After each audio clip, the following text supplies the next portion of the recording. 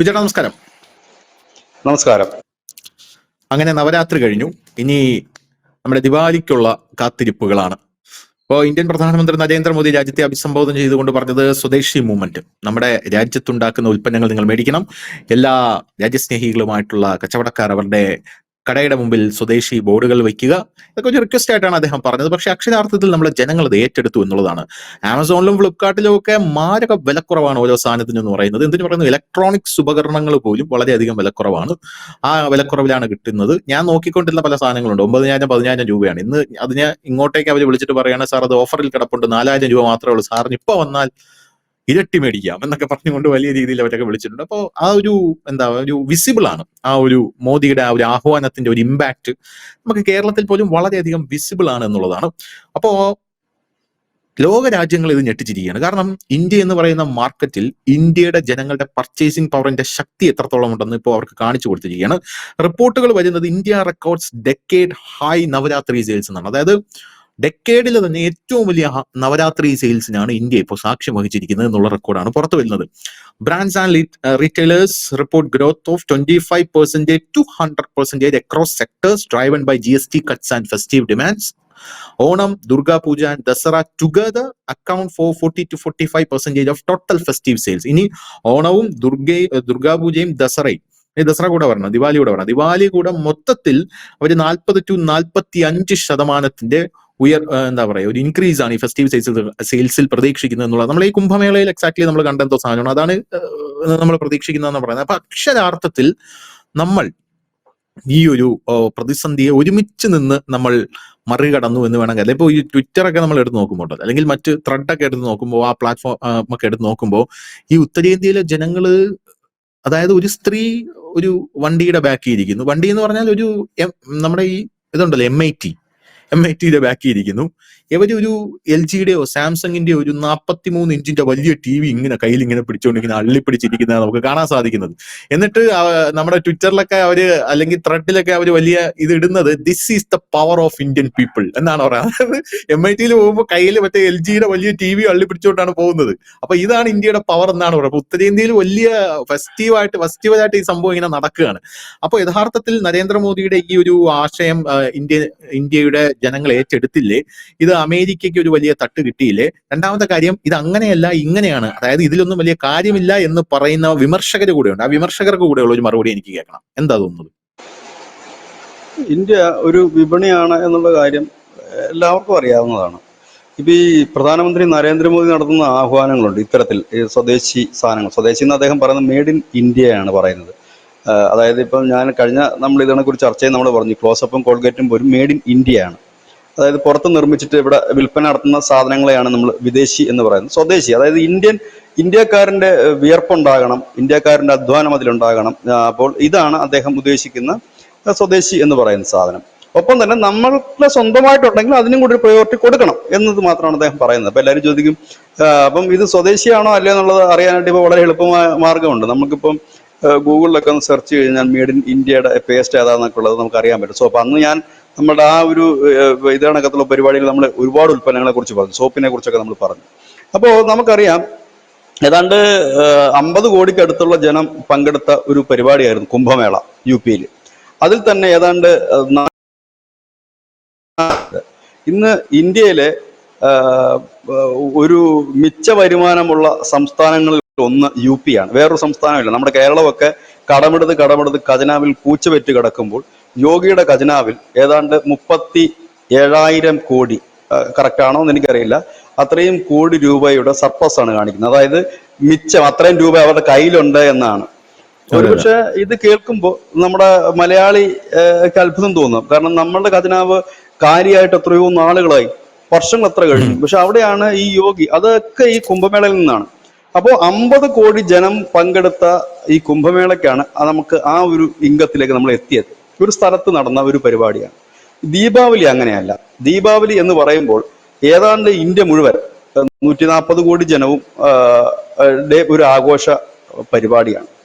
ഇത് പറയുമ്പോൾ എല്ലാവരും ചിലപ്പോൾ ചോദിക്കും, ഈ മുസൽമാന്മാരിത് ആഘോഷിക്കുന്നില്ലല്ലോ എന്ന്. ശരിയാണ്, അവരിത് ആഘോഷിക്കുന്നില്ല. പക്ഷെ അവരും ഈ സമയങ്ങളിൽ പർച്ചേസ് ചെയ്യാറുണ്ട്. അത് നമുക്കിപ്പോൾ നോട്ടിലൊക്കെ നമ്മൾ ചെല്ലുമ്പോൾ കാണുന്ന കാഴ്ച, ദീപാവലിയിൽ അവര് അതിന്റെ ആഘോഷങ്ങൾ, അതായത് നമ്മൾ ഈ ഹിന്ദുക്കളുടെ മതപരമായ ആഘോഷങ്ങൾ ആ ആഘോഷങ്ങൾ അവരനുഷ്ഠിക്കുന്നോ ഇല്ലെങ്കിൽ അതിൽ പങ്കെടുക്കുന്നോ ഇല്ല. പക്ഷേ ഈ സെയിലിൽ അവരും ഭാഗമാണ്. അപ്പൊ ഏതാണ്ട് 140 കോടി ജനങ്ങൾ, ഇല്ലെങ്കിൽ കുംഭമേളയ്ക്ക് പങ്കെടുത്തതിന്റെ ഡബിൾ ജനങ്ങളെങ്കിലും ഈ ദീപാവലിയിൽ വളരെ ആക്റ്റീവാണ്. അപ്പോൾ ഇങ്ങനെയുള്ള ആഹ്വാനങ്ങൾ എന്തുകൊണ്ട് വിജയത്തിലേക്ക് എത്തുന്നു എന്ന് ചോദിച്ചാൽ, കേരളത്തിലുള്ളവർ മോദിയുടെ ആഹ്വാനം തള്ളിയാലും തള്ളിയില്ലെങ്കിലും ഇതിനകത്ത് എഫക്റ്റ് ചെയ്യുന്നതേ ഇല്ല. കാരണം നോർത്തിൽ ഉള്ള ഒരു വലിയ വിഭാഗം ജനമുണ്ട്, ഈ നമ്മുടെ കേരളം വിട്ടു കഴിഞ്ഞാലുള്ള ഒരു വലിയ വിഭാഗം ജനമുണ്ട്. അവരാണ് ആ ഏത് ഉൽപ്പന്നത്തെ ഉയർത്തിക്കൊണ്ട് വരുന്നത്, താഴ്ത്തിക്കൊണ്ട് വരുന്നത്.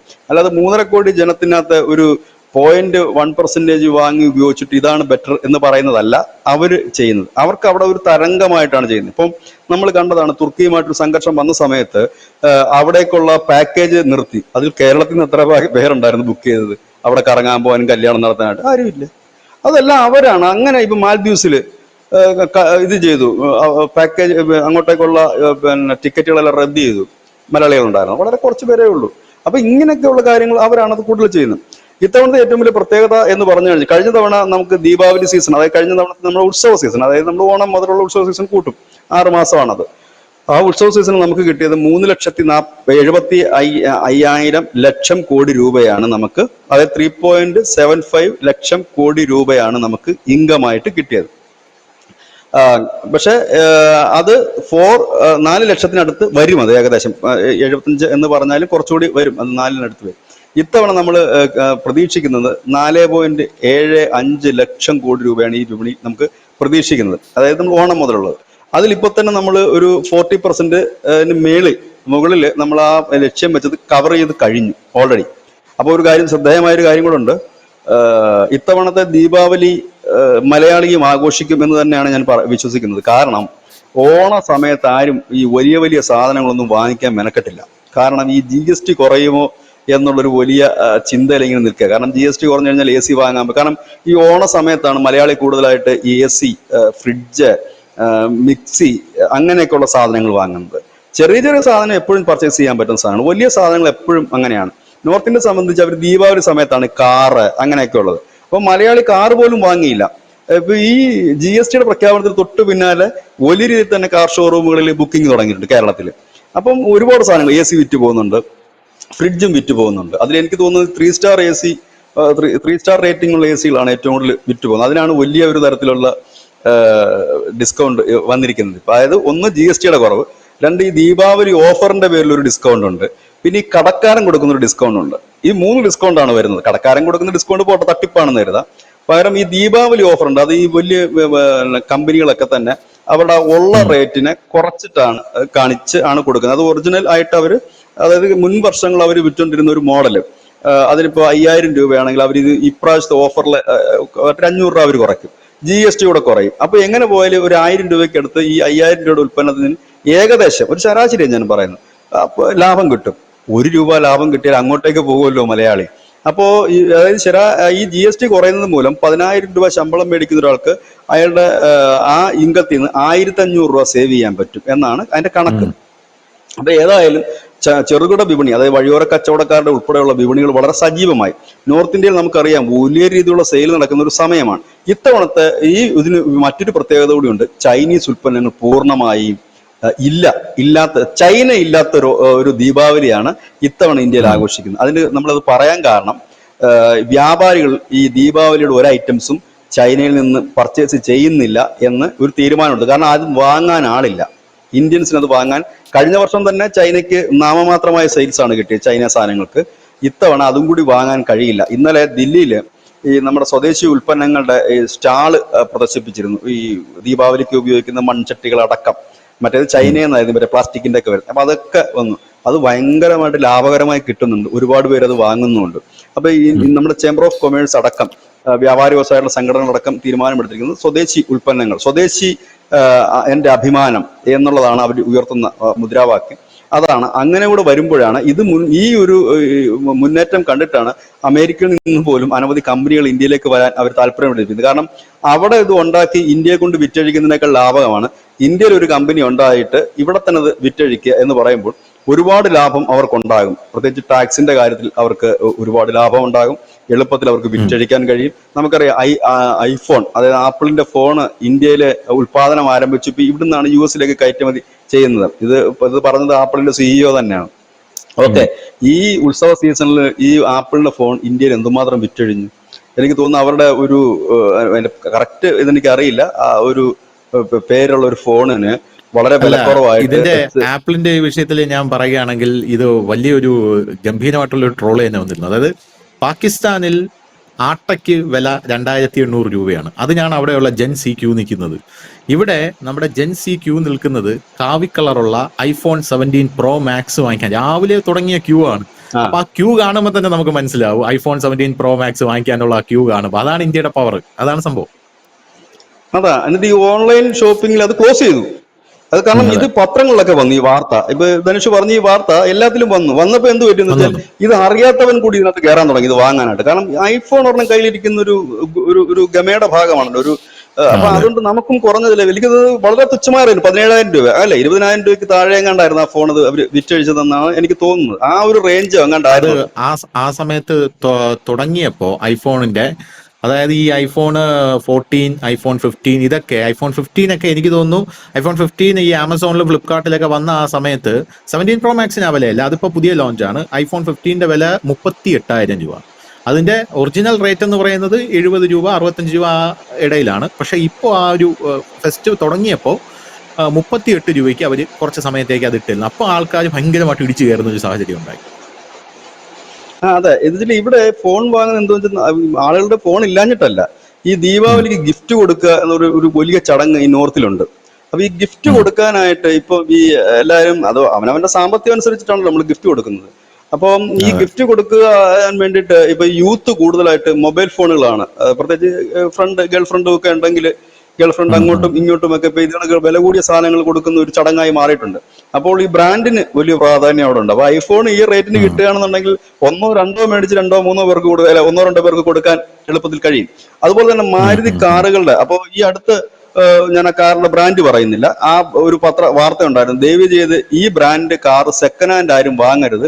കാരണം ആ സെക്കൻഡ് ഹാൻഡിന് നിങ്ങൾ മുടക്കുന്ന പൈസ കൊണ്ട് പുതിയ കാർ നിങ്ങൾക്ക് വാങ്ങാം. അതായിരുന്നു ഉം. ആ വാർത്തയുടെ തലക്കെട്ട്. അതായത് ആ കാറിന്റെ പേര് ഞാൻ പറയുന്നില്ല, അത് ശരിയാകാത്തതുകൊണ്ടാണ് അത് പറയാത്തത്, അങ്ങനെ ഉം. ശരിയല്ലാത്തതുകൊണ്ട്. അപ്പോ ആ വലിയ ജനകീയമായ ബ്രാൻഡാണ്, എല്ലാവർക്കും അറിയാവുന്ന ഒരു ബ്രാൻഡാണ്. ആ ബ്രാൻഡിന്റെ സെക്കൻഡ് ഹാൻഡ് കാറിന് ആരും വാങ്ങരുത്. കാരണം ആ സെക്കൻഡ് ഹാൻഡ് വാങ്ങാവുന്ന പൈസ നിങ്ങളുടെ ഉണ്ടെങ്കിൽ നിങ്ങൾക്ക് പുതിയ കാർ തന്നെ വാങ്ങാം. ആ കാറിന് 4.25 ലക്ഷം രൂപയേ ഉള്ളൂ. വളരെ രാജകീയമായ ഉം. കാറാണ്, എല്ലാവർക്കും അറിയാവുന്ന കാറാണ്. നമുക്ക് അത്യാവശ്യം ഒരു ഫാമിലിക്ക് ഒരു റോയൽ ലൈഫിന് ഒരു സ്റ്റാറ്റസിന്റെ ഭാഗം കൂടിയാണ് ആ വണ്ടി. അത് കിട്ടുന്നുണ്ട്. ഉം. ആ ഉം. രീതിയിലേക്ക് പോയി ഇന്നൊരു 3.25 ലക്ഷം രൂപയുണ്ട് ഇന്ത്യയിൽ ഒരു നല്ല അത്യാവശ്യം ഒരു ചെറിയ ഫാമിലിക്ക് സഞ്ചരിക്കാനുള്ള ഒരു ചെറിയ കാറ് ഇന്ന് ഇന്ത്യയിൽ കിട്ടും എന്നുള്ള ഒരു സ്ഥിതിയിലേക്ക് കാര്യങ്ങൾ മാറി. ഇതാണ് ഈ വിപണിയെ വലിയ രീതിയിൽ തന്നെ ചലിപ്പിച്ച് മുൻപോട്ട് കൊണ്ടുപോകുന്നത്. ഇവിടെയാണ് ഈ ടെസ്ലയെ പോലുള്ള കമ്പനികൾ വന്നിട്ട് എങ്ങും കയറാൻ പറ്റാത്തൊരു സാഹചര്യത്തിലേക്ക് കിടന്നു ഈ മുക്ര ഇട്ടുകൊണ്ടിരിക്കുന്നത്. ഇത് എന്ത് ചെയ്യും എന്നുള്ളത്. ഉം. കാരണം ഉം. അവിടുന്ന് ഇമ്പോർട്ട് ചെയ്തൊരു സാധനം കൊണ്ട് മുമ്പോട്ട് പോകുന്നില്ല. ഇപ്പോൾ അത് കൂടാതെ തന്നെ കാർ വിപണിക്ക് ആക്കം കൂട്ടിക്കൊണ്ട് പ്രഖ്യാപനം കൂടെ നടത്തി. നമ്മൾ ചൈനയുമായിട്ട് പോയി സംസാരിച്ചതിന്റെ പിന്നാലെ ഈ ചൈനീസ് ബിസിനസ്സുകാർക്കുള്ള വിസയിൽ നമ്മൾ ഇളവ് വരുത്തിയിട്ടുണ്ട്. ഇപ്പോൾ ഏറ്റവും പുതിയ വാർത്ത കേൾക്കുന്നത് BYD CEO ഇന്ത്യയിലേക്ക് എത്തുന്നു എന്നുള്ളതാണ്. കാരണം ഇവിടെ ഉം. പ്ലാന്റ് തുടങ്ങി, ഇവിടെ തന്നെ, വിസ കാരണം കൊടുത്തു അവർ പോയായിരുന്നു ഓൾറെഡി നമ്മള്. അവർ സ്ഥലം വിസ അനുവദിച്ചിട്ടുണ്ട്. ബിസിനസ്സുകാർക്ക് ഇന്ത്യ വിസിറ്റ് ചെയ്യാനുള്ള വിസ നമ്മളിപ്പോൾ അനുവദിച്ചിട്ടുണ്ട്. അപ്പൊ അദ്ദേഹം ഓക്കെ. എത്തുന്നു എന്നുള്ളതാണ് പ്രധാനപ്പെട്ട വാർത്ത. അവർക്ക് ഓൾറെഡി അവർ തെലങ്കാനയിൽ സ്ഥലം എടുത്തിട്ടുണ്ട്. അവർ വേറൊരു കമ്പനിയുടെ പേരിൽ വേറൊരു ഇതിൽ എടുത്തിട്ടുണ്ട്. അപ്പൊ അവിടെ BYD അവരതിനെ പ്ലാൻ ചെയ്യുന്ന ഒരു വർഷം ഒരു ദിവസം 6000 കാറോ മറ്റോ ആണ്. അത് ആ ഒരു വലിയ റെക്കോർഡാണ്. അത് അത്രയും ഉം. കാറുകൾ ഇതിന് വേണ്ടിയിട്ടുള്ളതാണ്. അപ്പൊ ഈ രീതിയിലേക്ക് ഇതിന്റെ കാര്യങ്ങൾ മുൻപോട്ട് നീങ്ങുന്നു. ഒരുപാട് രാജ്യങ്ങൾ അവരുടെ കമ്പനികൾ ഇന്ത്യയിൽ സ്ഥാപിക്കാനായിട്ട് താല്പര്യം പ്രകടിപ്പിച്ചിട്ട് മുൻപോട്ട് വരുന്നു. ഇവിടൊക്കെയാണ് UP പോലെ, തെലങ്കാന BJP അല്ല ഭരിക്കുന്നത്, കോൺഗ്രസ് ആണ് ഭരിക്കുന്നത്. തെലങ്കാന ഉം. പോലെയുള്ള സംസ്ഥാനങ്ങൾ വലിയ രീതിയിൽ മുൻപോട്ട് കുതിച്ചു കയറുന്നതും ഇത്തരത്തിൽ കൊണ്ടാണ്. ഏതായാലും ഈ ദീപാവലി കഴിയുമ്പോൾ ഇന്ത്യയുടെ സ്ട്രെങ്ത്, ഇന്ത്യൻ വിപണിയുടെ സ്ട്രെങ്ത് ഏതായാലും ലോകത്തിന് മനസ്സിലാകും. അത് ലോകം കണ്ടതാണ്. നമ്മൾ ഈ കോവിഡിനൊക്കെ ശേഷം ലോകത്തെല്ലായിടവും സാമ്പത്തിക വ്യവസ്ഥ തകർന്നടിഞ്ഞപ്പോൾ അതിനുശേഷമാണ് നമുക്ക് ഈ കുംഭമേള വന്നതെന്ന് ആലോചിക്കണം നമ്മൾ. ലോകത്തെല്ലായിടവും ഇപ്പോഴും അതിൽ നിന്ന് മുക്തം നേടിയിട്ടില്ല, സാമ്പത്തിക ആ ഒരു ബുദ്ധിമുട്ടിൽ നിന്ന് കോവിഡിന് ശേഷം. പക്ഷെ ഇന്ത്യയിൽ ആ കുംഭമേള നടന്നപ്പോൾ നമുക്ക് കിട്ടിയത് ഇത്രയും കോടി രൂപയാണ്. നമ്മളവിടെ കണ്ടതാണ്. അവിടെ ഒരു പിന്നെ വേപ്പിന്റെ കമ്പ് വിറ്റ ഒരാൾക്ക് കിട്ടിയത് എത്ര ലക്ഷം രൂപയായിരുന്നു അയാളുടെ അതെ, അതെ. വിറ്റുവരവ് ആ സീസണിൽ എന്ന് നമ്മൾ കണ്ടതാണ്. അപ്പം അങ്ങനെയൊക്കെ നമ്മൾ കണ്ട ഒരു കാര്യമാണ്. അപ്പോൾ ആ വിപണി വീണ്ടും ഒരിക്കൽ കൂടി കരുത്താർജിച്ച് കാണിക്കുകയാണ് ലോകത്തിന് മുമ്പിൽ.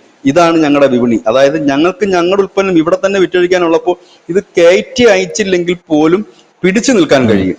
കാരണം ഈ മറ്റു സ്ഥലങ്ങളിൽ ഇപ്പൊ ഈ ട്രംപ് കടന്ന് ഈ ബഹളം വെക്കുന്ന മുഴുവൻ എന്തിനാ? അവിടുത്തെ ഉൽപ്പന്നങ്ങൾ, അതായത് അവിടുത്തെ പാലുൽപ്പന്നങ്ങൾ എന്ന് പറഞ്ഞാൽ ഏറ്റവും കൂടുതൽ സെയിൽ നടക്കുന്ന സമയവും ഈ ദീപാവലി സമയമാണ്. അവിടെ നമുക്ക് തന്നെ വലിയ കച്ചവടമുള്ള സമയമാണ്. നമ്മുടെ സ്വന്തം രാജ്യത്ത് തന്നെ പാലുൽപ്പന്നങ്ങൾ നിർമ്മാണമുണ്ട്. നമ്മൾ തന്നെ ഏതാണ്ട് 9 ലക്ഷം കോടി രൂപയുടെ വിറ്റുവരവാണ് ഒരു വർഷം നമുക്കുള്ളത്. അവിടെയാണ് ഉം. ട്രംപിന്റെ ഈ ബീഫും മട്ടനും കഴിക്കുന്ന പശുവിന്റെ പാൽ ഇവിടെ കൊണ്ടിറക്കാന്ന് പറയുന്നത്. അപ്പൊ ഇങ്ങനെയൊക്കെയാണ് ട്രംപിന്റെ പിടിവാശി. അത് പിടിവാശിക്ക് അദ്ദേഹത്തെ കുറ്റപ്പെടുത്തുന്നില്ല. കാരണം ഇവിടെ കച്ചവടം കിട്ടുമെന്ന് അദ്ദേഹത്തിന് അറിയാം. അതുകൊണ്ടാണ് അദ്ദേഹം അത് ചെയ്യുന്നത്. ഇപ്പൊ തന്നെ നമുക്കറിയത്തില്ലേ, നമ്മൾ ഈ ഉത്സവപ്പറമ്പിലൊക്കെ നോക്കുമ്പോൾ വലിയ ഉത്സവം നടക്കുന്ന സ്ഥലങ്ങളിലൊക്കെ ചില കണ്ണായ ഭാഗത്ത് ചില കടകൾ കാണും. അപ്പൊ ഇത്തവണ നമ്മളത് നോക്കി വെക്കും, അവിടെ ഒരു കട കിട്ടിയാൽ എനിക്കും ഒരു കട ഇടാമായിരുന്നു. അത്യാവശ്യം നാരങ്ങ ഉം. വെള്ളവും കാപ്പിയൊക്കെ പോകുന്നൊരു കടയാണ്. അപ്പൊ നമ്മൾ എന്ത് ചെയ്യും? അതിനെ എങ്ങനെങ്കിലും ഒക്കെ സ്വാധീനിക്കാൻ ദേവസ്വം അവിടുത്തെ ആ കമ്മിറ്റിക്കാരെ സ്വാധീനിച്ചിട്ട് പറയും ആ സ്ഥലം നമുക്ക് ഉം. തരുമോ എന്ന് ചോദിക്കും. അവസാനം തരത്തിലെന്ന് പറയുകയാണെങ്കിൽ നമ്മൾ കമ്മിറ്റിക്കാർക്കെതിരെ അഴിമതി ആരോപണം ഇല്ലാത്ത കഥകളൊക്കെ പറഞ്ഞ് നമ്മൾ അങ്ങനെ ചെയ്യില്ലേ? ആ മെത്തേഡ് തന്നെയാണ് ലോകരാജ്യങ്ങൾക്കും. ഇവിടെ നല്ലൊരു വിപണിയാണ്, ഇപ്പൊ ഇവിടെ കൊണ്ടത് കട തുറക്കാൻ പറ്റുമോ എന്നുള്ളതാണ് ഉം. ട്രംപ് നോക്കിക്കൊണ്ടിരിക്കുന്നത്. മോഡി ഒട്ട് സമ്മതിക്കുന്നില്ല. കാരണം മോഡി ട്രംപിനെ പോലെയല്ല, ഇതിനേക്കാൾ നല്ലൊരു കച്ചവടക്കാരനാണ്. കാരണം അദ്ദേഹം ഗുജറാത്തിയാണ്. ഉം. ഗുജറാത്തുകാർക്ക് പ്രത്യേകിച്ച് കച്ചവടം പറഞ്ഞു കൊടുക്കേണ്ട കാര്യമില്ല. എങ്ങനെ ഇവരെ അതെ, അതെ. നിലക്ക് നിർത്തണമെന്ന് കൃത്യമായി അറിയാവുന്ന ഒരു വ്യക്തി തന്നെയാണ് അദ്ദേഹം. അപ്പൊ ഉം. അദ്ദേഹത്തിന്റെ ക്ലാസ് എടുക്കാൻ മാത്രമുള്ള ഒരു ബിസിനസ് സംബന്ധമായ ഒരു അറിവ് ഈ ട്രംപിനില്ല. പിന്നെ അദ്ദേഹം ഭീഷണിപ്പെടുത്തുന്നു, കാര്യങ്ങൾ പറയുന്നു, അങ്ങനെയൊക്കെ ഉണ്ട്. സംഭവമൊക്കെ ശരിയാണ്. മോദിയും ഉം. അതിനനുസരിച്ച് ഇപ്പൊ എനിക്ക് തോന്നുന്നു ഈ അടുത്ത സമയത്തൊക്കെ പ്രധാനമന്ത്രി നരേന്ദ്രമോദിയുടെ ചില കാര്യങ്ങൾ അത് ന്യായമായ കാര്യങ്ങൾ തന്നെയായിരുന്നു. പ്രത്യേകിച്ച് പാലസ്തീന്റെ വിഷയം, ഗസയിൽ സമാധാനം വരുന്നതിന് നമ്മൾ എന്നും അനുകൂലിച്ചിട്ടേ ഉള്ളൂ. അവിടെ അങ്ങനെ വരണമെന്ന് ആഗ്രഹിക്കുന്ന ആളാണ് നമ്മൾ. അതിനൊക്കെ നമ്മൾ ട്രംപിനെയും അവരുടെ സമാധാന കരാറിനെയൊക്കെ നമ്മൾ പ്രശംസിച്ചിട്ടുണ്ട്, കൈയടിച്ചിട്ടുണ്ട്. അതൊക്കെ സ്വാഭാവികം മാത്രമായിട്ടുള്ള ഒരു കാര്യം തന്നെയാണ്. അതല്ലാതെ അതൊരു മഞ്ഞുരുക്കൽ എന്നുള്ള രീതിയിലേക്ക് അത് പോകുമെന്ന് തോന്നുന്നില്ല. മഞ്ഞുരുകണമെന്നുണ്ടെങ്കിൽ റഷ്യയുടെ എന്നുള്ള എണ്ണ വാങ്ങാതിരിക്കണം. അതിനാണ് പുടിൻ കഴിഞ്ഞ ദിവസം കൃത്യമായി തന്നെ ഒരു മറുപടി കൊടുത്തു. റഷ്യയുടെ കയ്യിൽ നിന്ന് എണ്ണ വാങ്ങാതിരുന്ന ഇന്ത്യക്ക് നഷ്ടം വരുന്നത് $10 ബില്യൺ. എന്നാൽ ഈ താരിഫ് വർധനയിലൂടെ ഇന്ത്യക്ക് നഷ്ടം വരുന്നതും 10 ബില്യൺ ആണ്. ഏതായാലും 10 ബില്യൺ നമുക്ക് നഷ്ടമാണ്. എണ്ണ വാങ്ങാതിരുന്നാലും 10 ബില്യൺ നഷ്ടം, ഇനി താരിഫ് ഉയർത്തിയാലും 10 ബില്യൺ നഷ്ടം. അപ്പോൾ ആത്മാഭിമാനമുള്ള ഒരു നേതാവ് ഇല്ലെങ്കിൽ ഒരു ലീഡർ ഈ താരിഫ് എന്ന ഭീഷണിക്ക് വഴങ്ങി ഇത് കളയുമോ എന്നാണ് അദ്ദേഹം ചോദിച്ചത്. കൃത്യമായ ഉം. ഉത്തരവാണ് നടത്തത്. അങ്ങനെ അത് കളയില്ല. അത് മോദിയെ എനിക്കറിയാം നന്നായിട്ട്. അദ്ദേഹം നട്ടെല്ലാവരുടെ മുമ്പിൽ വളയ്ക്കാറില്ല എന്ന് തന്നെയാണ് പറഞ്ഞത്. അപ്പം ഇങ്ങനെ നിൽക്കുന്ന ഒരു കാര്യം, ഇതിന്റെ ഒരു സൈഡ് ഇപ്പൊ എല്ലാവരും വിചാരിക്കുന്നുണ്ടാകും നമ്മൾ കുറെ ദിവസമായിട്ട് ഈ റഷ്യയുടെ അമേരിക്കയുടെ ഒന്നും കാര്യം പറയാത്തത് എന്തുകൊണ്ടാണെന്ന് വെച്ചാൽ അവിടെ ഒരുപാട് സംഭവങ്ങൾ നടക്കുന്നുണ്ട്. നമ്മൾ അതിനേക്ക് പോകാത്ത എന്നും അത് പറയുമ്പോൾ ആളുകൾക്ക് ബുദ്ധിമുട്ടുണ്ടാകുമല്ലോ എന്ന് വെച്ചിട്ടാണ്. ഇപ്പൊ റഷ്യയുടെ റിഫൈനറികൾക്കും പൈപ്പ് ലൈനുകൾക്കും ഒക്കെ നേരെ ഉക്രൈൻ ആക്രമണം നടത്തുന്നുണ്ട്. അത് ഒരുപക്ഷെ അതെന്തായാലും അത് ഉടനെ ഇപ്പൊ ഗസയിലെ പോലെ അത് പെട്ടെന്ന് തീരുന്ന ഒന്നല്ല. ഗസയിലെ എന്ന് പറഞ്ഞു കഴിഞ്ഞാൽ അത് ഇടയ്ക്കിടയ്ക്ക് ഉള്ള ഒരു തമാശ പോലെ നമുക്കത് തോന്നിയിട്ടുള്ളൂ. നമ്മൾ ഈ വലിയ ലോങ് പരിപാടികളൊക്കെ നടക്കുമ്പോൾ, ഈ സിനിമയൊക്കെ നടക്കുമ്പോൾ 2 മണിക്കൂർ 2.5 മണിക്കൂർ സിനിമയുടെ ഇടയ്ക്ക് ഒരു 5 മിനിറ്റ് നമുക്ക് വെള്ളം കുടിക്കാനും മൂത്രം ഒഴിക്കാനുള്ള ഒരു ഗ്യാപ്പ് തരാറുണ്ട്. ഇന്റർവെൽ എന്നാണ് ഇനി പറയുന്നത്. അതുപോലത്തെ ഒരു ഇന്റർവെല്ലായിട്ട് മാത്രമേ ഇതിനെ കരാറിനെ ലോകരാജ്യങ്ങളെല്ലാം കാണുന്നുള്ളൂ. ഇത് തൽക്കാലത്തേക്ക് ഒരു ഇന്റർവ്യൂ, ഹമാസുകാർക്കും ഒന്ന് നടുനുറക്കാനും അവർക്ക് കുറച്ചുകൂടെ ആയുധങ്ങളൊക്കെ സംഘടിപ്പിക്കാനും കുറച്ചുകൂടെ അവരുടെ ഫണ്ട് പദ്ധതികൾ പിടിക്കാനും. വിപുലീകരിക്കാനും ഒക്കെ കിട്ടുന്ന ഫണ്ട് പിടിക്കാനും ഒക്കെ ഉള്ളത്. IDF-നെ സംബന്ധിച്ച്, അത് ഇസ്രായേൽ സേനയെ സംബന്ധിച്ച് പറയണമെങ്കിൽ അവർക്ക് ഒരു റെസ്റ്റ് ആവശ്യമാണ്. കാരണം വീട്ടിലൊക്കെ പോയിട്ട് ഒരുപാട് നാളുകളായിട്ടുണ്ടാകും ഈ സൈനികരൊക്കെ ഈ ഉം. ഉം. കസേലൊക്കെ ഉം. കയറി കിടക്കുന്നവരെ. അവർക്കൊക്കെ നാട്ടിലൊക്കെ പോയി ഭാര്യയും കൊച്ചുങ്ങളെ കണ്ടിട്ട് വരാനുള്ള ചെറിയ ഗ്യാപ്പ് ആവശ്യമാണ്. ആ ഗ്യാപ്പ് മാത്രമേ ഏവരും പ്രതീക്ഷിക്കുന്നുള്ളൂ. അതല്ലാതെ ഇതിനപ്പുറത്തേക്ക് ഈ പറയുന്ന ഒരു വിണ്ണാക്കോടെ നടക്കാൻ പോകുന്നില്ല. കാരണം അവിടുന്ന് അങ്ങനെ ചെയ്യും, ഇങ്ങനെ ചെയ്യും. ഇന്നലെ ഏതോ ഒരു ഇന്റർനാഷണൽ പത്രം ഗാസയിൽ ഇനി വരാൻ പോകുന്ന ആ ട്രംപിന്റെ പദ്ധതി ആയിരിക്കണം ആ ബീച്ചിലൊക്കെ കസേരകളൊക്കെ നിരത്തിയിട്ടിട്ട് ഒരു ഭയങ്കര ടൗൺ പോലൊക്കെ. ആ ടൗണൊക്കെ ഏത് കാലത്ത് വരാന്, എന്ന് വരാന്, എങ്ങനെ വരാന്? സാമാന്യ ലോജികളും പറ്റും. ഏതായാലും അവിടുത്തെ ഇപ്പൊ തൽക്കാലത്തേക്കുള്ള വിഷയങ്ങൾ മാറ്റുക എന്നുള്ളതാണ് ഒരു പ്രധാനപ്പെട്ട കാര്യം.